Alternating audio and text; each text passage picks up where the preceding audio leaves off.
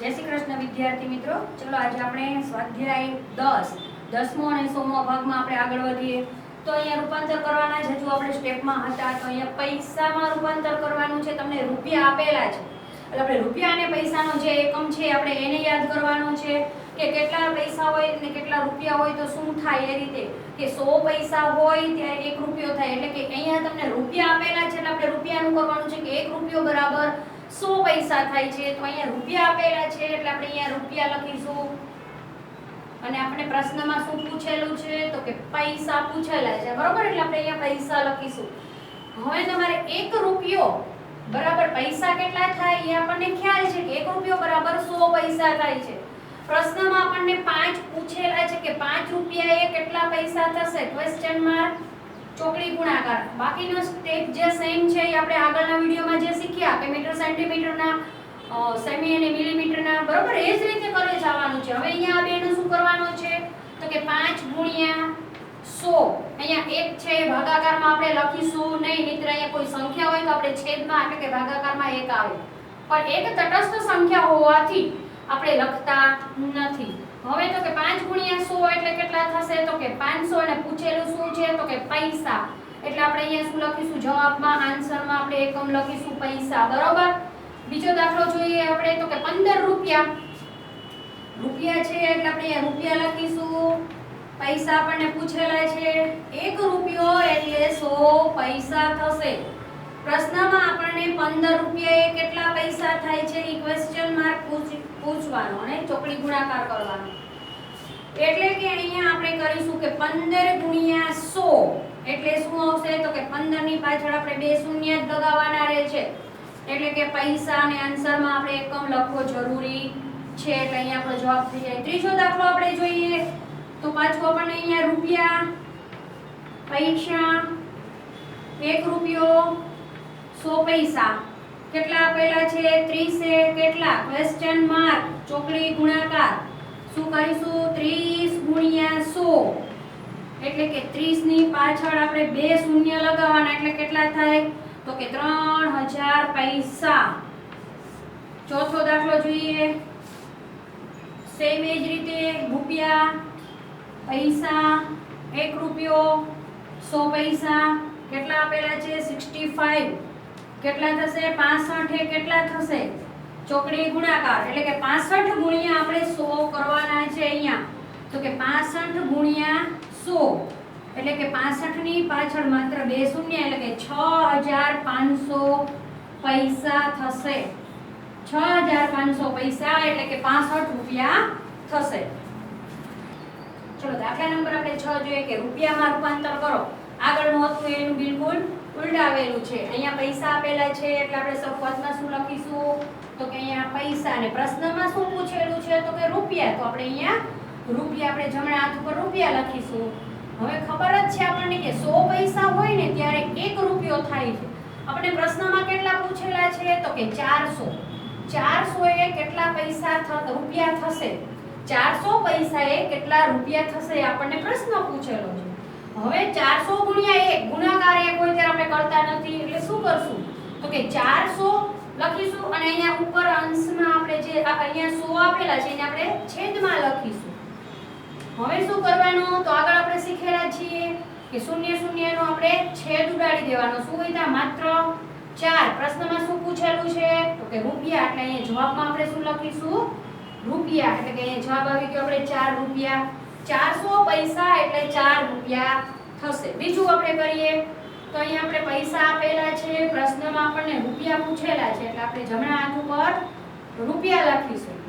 પછી આપણને એકમ ખબર છે કે 100 પૈસા હોય ને ત્યારે 1 રૂપિયો થાય. આપણે પ્રશ્નમાં કેટલા પૂછ્યા છે તો કે 1200 એ કેટલા? ક્વેશ્ચન માર્ક અને ચોકડી ગુણાકાર કરીશું. પછી તો કે 1200 લખવાના અને છેદમાં આપણે 100 લખીશું. શૂન્ય શૂન્યનો છેદ ઉડાડીશું એટલે આવ્યો જવાબ આપણે 12 રૂપિયા. ત્રીજો દાખલો આપણે જોઈએ. પૈસા, રૂપિયા, 100 પૈસા એ 1 રૂપિયો. આપણને અહીંયા કેટલા આપ્યા છે? 2800 પૈસા એ કેટલા રૂપિયા થશે? અને ચોકડી ગુણાકાર કરવાનો. પછી તો કે 2800 ના છેદમાં આપણે 100 લખવાના.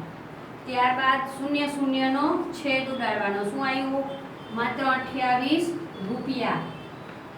2800 પૈસા હોય ત્યારે 28 રૂપિયા આપણને થાય. હવે અહીંયા પાછું આપણે પૈસા અને રૂપિયા, 100 પૈસા એ 1 રૂપિયો થાય. અહીંયા આપણને 6400 પૈસા એ કેટલા રૂપિયા થશે? પ્રશ્નાર્થ ચોકડી ગુણાકાર એટલે કે 6400 છેદમાં 100. 00 નો છેદ ઉડાડી શું આવ્યું જવાબમાં? 64 રૂપિયા. ચલો દાખલા નંબર આપણે 7 જોઈએ કે પૈસામાં રૂપાંતર કરો. બરોબર, હવે તમને એમ થાય કે અહીંયા પૈસામાં રૂપાંતર કરો તો આ તો આવી જ ગયેલું છે, પણ તમે અહીંયા રકમમાં જો કે અહીંયા 3 રૂપિયા અને 50 પૈસા આપેલા છે. તો પૈસામાં રૂપાંતર કરવાનું છે તો આ તો પૈસામાં આપેલા જ છે. આપણને ફેરવવાનું છે ને છે તો કે આ રૂપિયાને જે છે એને આપણે રૂપાંતર કરવાનું છે. હવે અહીંયા શું કરવાનું તમારે કે 3 રૂપિયા છે એનું આપણે રૂપાંતર કરીશું અને પ્લસ આપણે પછી 50 પૈસા કરીશું. તો પહેલા તો આપણે રૂપિયા અને પૈસા છે જે એને અલગ પાડીશું. એટલે કે અહીંયા શું કરીશું કે અહીંયા લખાય કે 3 રૂપિયા પ્લસ 50 પૈસા. હવે અહીંયા 3 રૂપિયા, બરોબર, 3 રૂપિયા આવ્યા છે એને આપણે પૈસામાં રૂપાંતર કરવાનું છે. તો તમે અહીંયા જોઈ લો કે 3 રૂપિયાનું આપણે રૂપાંતર કરવું હોય તો કેમ કરાય? તો આપણે 3 રૂપિયાનું રૂપાંતર હમણાં આપણે કરી દીધું કે રૂપિયા આપેલા હોય એટલે આપણે અહીંયા રૂપિયા લખતા હતા, બરોબર. તો અહીંયા લખાય કે 3 રૂપિયા 100 પૈસા. તો એની 3 રૂપિયા એટલે 100 પૈસા આપણે સીધું નહીં, આપણે શું કરવાનું? 1 રૂપિયો બરાબર 100 પૈસા. તો અહીંયા આપણે 3 રૂપિયા આપેલા હોય તો શું કરવાનું? તો કે 3 ગુણ્યા 100 અને પ્લસ 50 પૈસા. 3 ગુણ્યા 100 એટલે કેટલા થાય? તો કે 300 વત્તા 50 પૈસા. એટલે શું જવાબ આવે? તો કે 350 પૈસા. આ આપણો જવાબ થઈ ગયો. બીજો દાખલો આપણે એ જ રીતે છે તો જોઈએ તો કે અહીંયા 7 રૂપિયા આપેલા છે. હવે તમે અહીંયા જે આપણે પેલું કર્યું પ્લસ 50 એ નો કરીને તો આપણે બીજી એક રીત પણ કરી લઈએ કે પહેલા આપણે રૂપિયા અહીંયા શું કીધું હતું કે પૈસામાં રૂપાંતર કરો. તો તમને આ તો ઓલરેડી તમારે પૈસામાં જ છે, એને તો કાંઈ જ કરવાનું નથી. આને કરવાનું છે તો આપણે આનું કરીએ કે અહીંયા તમે આપણે આ રીતે લખતા હતા આગળ કે રૂપિયા અને પૈસા, બરોબર. હવે તમને ખબર છે કે 1 રૂપિયો હોય ને તો આપણે 100 પૈસા થાય. તો અહીંયા તો આપણે 7 કેટલા આ બેનો શું કર્યો તો ગુણાકાર એટલે કે 7 ગુણ્યા 100 લખેલા હતા. એટલે અહીંયા શું આવ્યું? તો કે 700 પૈસા આપણને મળી ગયા. હવે અહીંયા પૈસા આના પૈસા થઈ ગયા, નાના પૈસા બેનો આપણે પ્લસ તો કરવો પડે. એટલે અહીંયા આપણે બાજુમાં કરવાનું કે 700 પૈસા પ્લસ કેટલા આપેલા છે? 25 પૈસા. એટલે જવાબ શું આવે આપણે? તો કે 725 પૈસા. જે રીત કરી એ બે રીતે તમે કરી શકો છો. વધારે તમને આ અનુકૂળ હશે કારણ કે આપણે આગળ આ રીતે આપણે કરતા ગયા છીએ. હવે આપણે અહીંયા એ જ રીત કરીશું તો કે અહીંયા તમારે જે પૈસા આપેલા છે એને કાંઈ કરવાનું નથી, 12 રૂપિયા વાળું કરવાનું છે. તો અહીંયા આપણે લખશું રૂપિયા પૈસા 1 રૂપિયો 100 પૈસા. કેટલા આપેલા છે? તો કે 12 કેટલા ચોકડી ગુણાકાર એટલે કે 12 ગુણ્યા 100 લખવાના, બરોબર. હવે તો કે 1200 પૈસા. પછી બાજુના બીજા સ્ટેપમાં આપણે કરવાનું કે 1200 પૈસા પ્લસ કેટલા આપણને છૂટા આપેલા છે? તો કે 60 એટલે કે પ્લસ 60 પૈસા. એટલે કે 1260 પૈસા. એ આપણો શું થઈ જાય? તો કે જવાબ થઈ જાય. ચોથો દાખલો તો કે એમાં કે આ વસ્તુ જે આપણે એને અડવાનું આપણે નથી, 47 રૂપિયા વાળું કરવાનું. એટલે કે રૂપિયા અને પૈસા. 1 રૂપિયા એ 100 પૈસા. આપણને કેટલા આપેલા છે? 47 ક્વેશ્ચન માર્ક એટલે કે 47 ગુણ્યા 100 એટલે કેટલો આવે? 4700 પૈસા, બરોબર. હવે આપણે અહીંયા પૈસા પૈસા નો લખી અને અહીંયા 4700 પ્લસ 70 પૈસા એટલે કે 4770 પૈસા. આ થઈ ગયો આપણો જવાબ. ચલો દાખલા નંબર આપણે 8 જોઈએ કે રૂપિયા અને પૈસામાં રૂપાંતર કરો. તો અહીંયા પહેલું આપણને આપેલું છે કે 520 પૈસા. તમે કહે રૂપિયા અને પૈસામાં, તો પૈસામાં તો આપેલું છે, પણ અહીં આપણે રૂપિયા અને પૈસા બે અલગ પાડીને આપણે રૂપાંતર કરવાનું છે. તો અહીં જે પૈસા આપેલા છે એને આપણે રૂપિયામાં આપણે રૂપાંતર કરીએ તો કઈ રીતે થાય? તો આપણે અહીંયા જોઈએ પેલા કે રૂપિયા આપેલું શું છે આપણને? તો કે પૈસા આપેલા છે એટલે આપણે હંમેશા જે વસ્તુ આપેલી હોય ને આપણે પહેલા લખાય પૈસા અને રૂપિયા. તો અહીંયા તમને 100 પૈસા હોય ને ત્યારે તમને ખ્યાલ છે કે 1 રૂપિયો થાય છે, બરોબર? હવે અહીંયા મને પૈસા કેટલા આપેલા છે? તો કે 520 પૈસા છે, તો એના કેટલા રૂપિયા થશે આપણે એ જોવાનું છે. હવે તો કે અહીંયા શું કરવાનું? તો કે એક હારે ગુણાકાર છે આપણે કરતા નથી, એટલે કે 520 ના છેદમાં આપણે શું લખવાનું? તો કે 100 લખવાના, બરોબર? હવે આપણે મેં તમને આગળ હમણાં શીખવેલું હતું કે પોઈન્ટ મૂકવાનો અને પોઈન્ટને હટાવવાનો. તો અહીંયા આપણે પોઈન્ટ મૂકવાનો આવશે. અહીંયા 100 છે, 2 શૂન્ય, એટલે કે જમણી બાજુથી 2 સ્થાન આગળ આપણે શૂન્ય મૂકવાનું આવશે. એટલે કે 520 છે તો એક સ્થાન અને બીજું સ્થાન, એટલે કે 5 અને 20 ની વચ્ચે આપણે પોઈન્ટ આવશે 5.20. અને આપણે અહીંયા શું પૂછેલું છે? તો કે રૂપિયા, એટલે આપણે અહીંયા જવાબ આવશે રૂપિયા.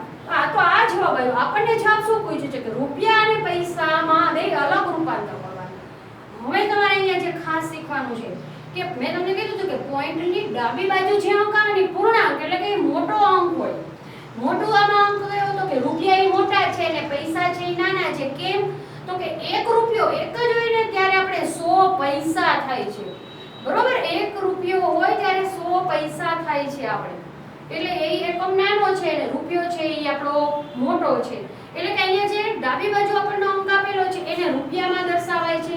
એટલે અહીંયા આપણે લખીશું કે 5 રૂપિયા અને પોઈન્ટ પછી જમણી બાજુ જે આપેલા છે એને આપણે પૈસામાં મૂકીશું, એટલે કે 20 પૈસા, બરોબર? એટલે આ આપણો થઈ ગયો જવાબ. હવે કે 5 રૂપિયા અને 20 પૈસા. આપણને રૂપિયા અને પૈસામાં રૂપાંતર કરવાનું કીધું હતું, તો કે 5 રૂપિયા અને 20 પૈસા એનો જવાબ આવ્યો. આપણે એ જ રીતે આપણે બીજો દાખલો કરીશું. તો અહીં આપણને આપેલું છે પૈસા, તો અહીં આપણે લખીશું પૈસા અને રૂપિયા. 100 પૈસા હોય ને ત્યારે આપણે 1 રૂપિયો થાય છે, તો અહીં આપણને 1770 પૈસા આપેલા છે, એના કેટલા રૂપિયા થશે? એટલે કે 1770 ના છેદમાં 100, તો શું આવે કે 17.70. કેમ? તો કે અહીંયા 2 શૂન્ય છે, તો કે આપણે જમણી બાજુથી 2 સ્થાન, તો 1 અને 2, એટલે કે અહીંયા આપણે પોઈન્ટ આવે, એટલે કે 17.70. અને અહીંયા શું લખાય? તો કે રૂપિયા. હવે મેં કીધું એમ કે ડાબી બાજુનો આપણો અંક મોટો હોય અને જમણી બાજુ નાનો અંક હોય, એટલે કે 17 માં આપણે રૂપિયા મોટા છે, એટલે અહીંયા લખાય કે 17 રૂપિયા અને 70 પૈસા. આ થઈ ગયો આપણો જવાબ. ત્યારબાદ આપણે એના પછીનો ત્રીજો દાખલો જોઈએ. તો પૈસા અને રૂપિયા. 100 પૈસા એ 1 રૂપિયો. આપણને કેટલા આપેલા છે? તો કે 2480 પૈસા એ કેટલા? ચોકડી ગુણાકાર 2480 ના છેદમાં આપણે 100 લખવાના, એટલે કે આપણે અહીંયા 2 શું આવશે? તો કે 24.80 રૂપિયા. એટલે કે આને આપણે જવાબમાં શું લખાય? તો કે 24 રૂપિયા અને પૈસા કેટલા છે? તો કે 80 પૈસા. આ થઈ ગયો આપણો જવાબ. છેલ્લો દાખલો જોઈએ આપણે. એમાં પણ આપણે પૈસા અને રૂપિયા. 100 પૈસા હોય ને ત્યારે 1 રૂપિયો થાય છે. આપણે અહીંયા કેટલા છે? તો કે 3650. તો અહીંયા લખીશું આપણે 3650 એ કેટલા રૂપિયા થશે? ચોકડી ગુણાકાર. ત્યારબાદ આપણે અહીંયા લખીશું કે 3650 ના છેદમાં 100, બરોબર? એટલે અહીંયા લખીશું 36.50 રૂપિયા. હવે આપણે અલગ પાડવાનું. મેં કીધું એમ કે ડાબી બાજુનો અંક મોટો અને જમણી બાજુનો અંક નાનો. અંક મોટો એટલે આપણે રૂપિયા, તો અહીંયા આપણે લખીશું કે 36 રૂપિયા અને કેટલા પૈસા તો કે 50 પૈસા. આ થઈ ગયો આપણો જવાબ. ચલો દાખલા નંબર આપણે 9 જોઈએ કે મીટર અને સેન્ટીમીટરમાં રૂપાંતર કરવાનું છે. અહીંયા સેન્ટીમીટર આપેલા છે બરોબર, પણ બેને અલગ પાડવાના છે મીટર અને સેન્ટીમીટર. તો આપણે હમણાં આગળ રૂપિયા અને પૈસાનું કર્યું એમ જ આપણે આ દાખલો કરવાનો છે. અહીંયા તમને સેન્ટીમીટર આપેલા છે એટલે આપણે પહેલું એકમ શું લખવાનું હશે તો કે સેન્ટીમીટર અને અહીંયા મીટર. હવે આપણને ખબર છે કે 100 સેન્ટીમીટર હોય ને ત્યારે 1 મીટર થાય. અહીંયા આપણને કેટલા સેન્ટીમીટર આપેલા છે તો કે 150. ક્વેશ્ચન માર્ક ચોકડી ગુણાકાર. પછી તો કે 150 ના છેદમાં શું લખવાનું 100. એટલે કે હમણાં આપણે હવે પોઈન્ટ મૂકતા આવડી ગયું કે 2 છે એટલે અહીંયા 2 પછી પોઈન્ટ આવશે તો કે 1.50 મીટર. પોઈન્ટની આગળ મોટો અંક એકમ એટલે કે મોટો આપણો મીટર ને સેન્ટીમીટર નાનો કેમ તો કે 1 મીટર છે અને એના 100 સેન્ટીમીટર થાય છે એટલે 1 મીટરના 100 ભાગ થાય છે ત્યારે એ સેન્ટીમીટર થાય બરોબર. અને આ તો 1 જ મીટર આપેલું છે એટલે મોટો એકમ કહેવાય. એટલે અહીંયા જવાબમાં આવશે કે 1 મીટર અને કેટલા સેન્ટીમીટર છે તો કે 50 સેન્ટીમીટર. આ આપણો જવાબ.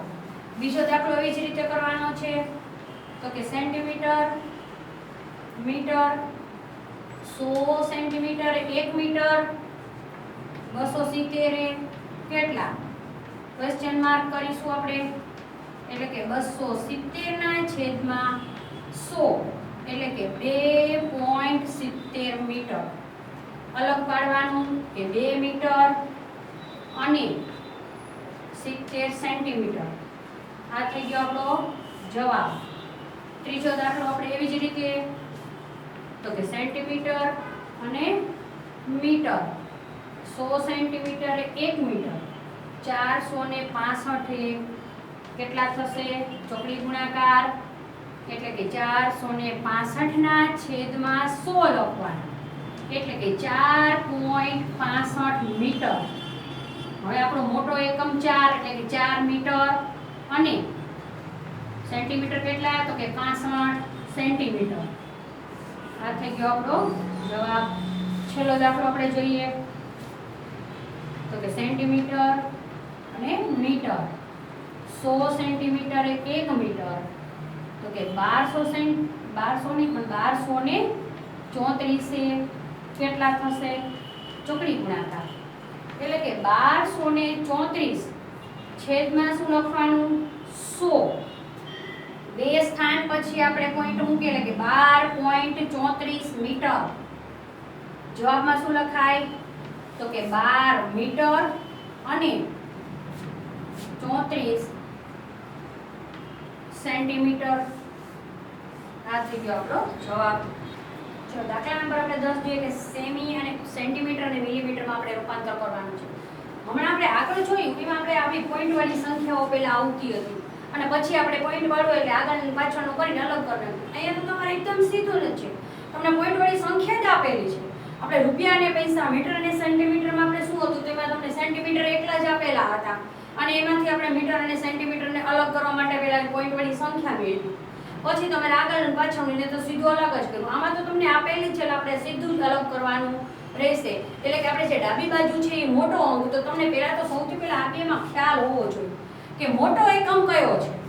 વિચારો તો તમે કે આ બેમાં મોટો એકમ કયો છે તો તમે એકમ યાદ કરો કે 1 સેન્ટીમીટર હોય ને ત્યારે 10 મિલીમીટર થાય છે. 1 સેન્ટીમીટર એ 10 મિલીમીટર થાય છે એટલે આપણો સેન્ટીમીટર છે એ અંક આપણો એકમ છે એ આપણો મોટો છે. તો મોટું હોય આપણું ક્યાં લખેલું છે કે ડાબી બાજુ. તો અહીંયા આપણે જવાબ આવશે કે 5 સેન્ટીમીટર અને 6 મિલી એટલે કે મિલીમીટર. આ થઈ ગયો એનો જવાબ. બીજામાં તો કે 6 સેન્ટીમીટર અને 5 મિલીમીટર.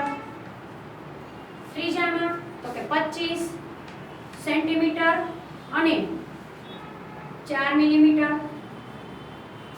છેલ્લાનો જવાબ તો કે 34 સેન્ટીમીટર અને 8 મિલીમીટર. બરોબર. આ રીતે છે પોઈન્ટ વાળી હોય ત્યારે તો તમારે એકદમ ઈઝી થઈ જાય. ન હોય તો તમારે પેલા પોઈન્ટ વાળી સંખ્યા મેળવવી પડે અને પછી આપણે આ રીતે અલગ પાડવા. હવે તો કે દશાંશ સંખ્યાને આપણે શબ્દમાં લખવાનું છે. અહીંયા તમને અંકમાં આપેલું છે. આપણે સમજૂતીમાં આગળના વિડીયોમાં આપણે જોઈ ગયા કે તમને મેં કીધું હતું કે પોઈન્ટ વાળી સંખ્યા આપેલું હોય એને આપણે શબ્દમાં લખવાનું આવશે, બરોબર.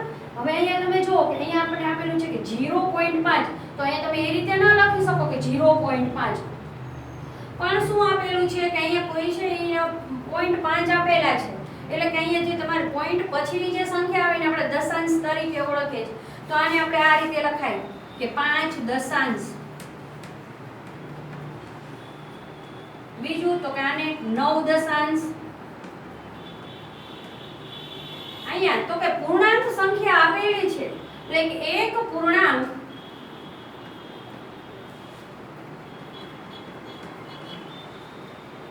8 દશાંશ. એને પછીનું તો કે 15 પૂર્ણાંક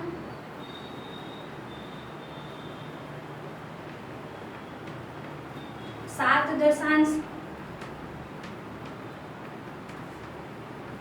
ફરી એક વખત કહી દઉં કે પોઈન્ટની ડાબી બાજુ જે સંખ્યા ગમે એટલી સંખ્યા આવેલી હોય તો આપણે એને પૂર્ણાંક એટલે કે મોટો એકમ છે એટલે આપણે એને એ રીતે લખીશું. અહીંયા 15 આવ્યા એટલે આપણે 15 પૂર્ણાંક લખ્યા. પણ અહીંયા બીજું કે જો અહીંયા 3 અંક આવેલા હોય કે અહીંયા હજી આમાં આપણને 325 આપેલા હોય તો અહીંયા 325 પૂર્ણાંક પછી આપણે જે કંઈ આવતું હોય એ લખી. શું આગળનું જે ડાબી બાજુનું જે અંક આપેલા છે એને આપણે જે સાદી રીતે લખીએ છીએ એ જ રીતે લખવાના. પોઈન્ટ પછી જ્યારે એક અંક આવેલો હોય, પોઈન્ટ પછી જ્યારે તમારે એક જ અંક આવેલો હોય તો એને જે અંક આપેલો છે એ અંકને દશાંશ જોડવાનો રહેશે. હવે આપણે અહીંયા બે અંક આવે છે પોઈન્ટ પછીના, તો એને શું કરવાનું? તો આને પહેલા તમે સાદું શું બોલાય તો કે 29. તો અહીંયા પહેલા તમારે લખવાનું કે 29 અને અહીંયા તમારે એક અંક આવતો તો પોઈન્ટ પછી તો દશાંશ લખતા હતા. પોઈન્ટ પછી જ્યારે બે અંક આવે એટલે કે કોઈ પણ વસ્તુના 100 ભાગમાંથી આ 29 ભાગ આપેલા છે એટલે 29 આવ્યા એટલે કે શતાંશ. આનો અર્થ શું થયો છે તો કે કોઈ પણ 10 વસ્તુ 10 ભાગ પાડેલા છે એમાંથી તમે એનો 5મો ભાગ લીધો છે, બરોબર. અને અહીંયા 100 ભાગ 1 રૂપિયાના આપણે માનો કે પૈસાની રૂપિયાની દ્રષ્ટિએ કરીએ, બરોબર. તો કે 100 પૈસા હોય એના 29 પૈસા છે એટલે આપણે અહીંયા 29 શતાંશ લખીશું.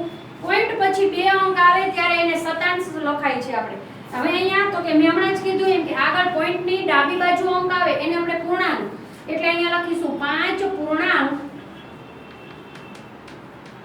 પાછળ શું આવ્યા તો કે 25 શતાંશ.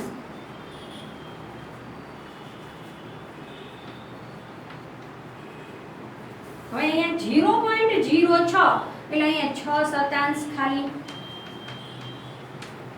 ત્યારબાદ 4 પૂર્ણાંક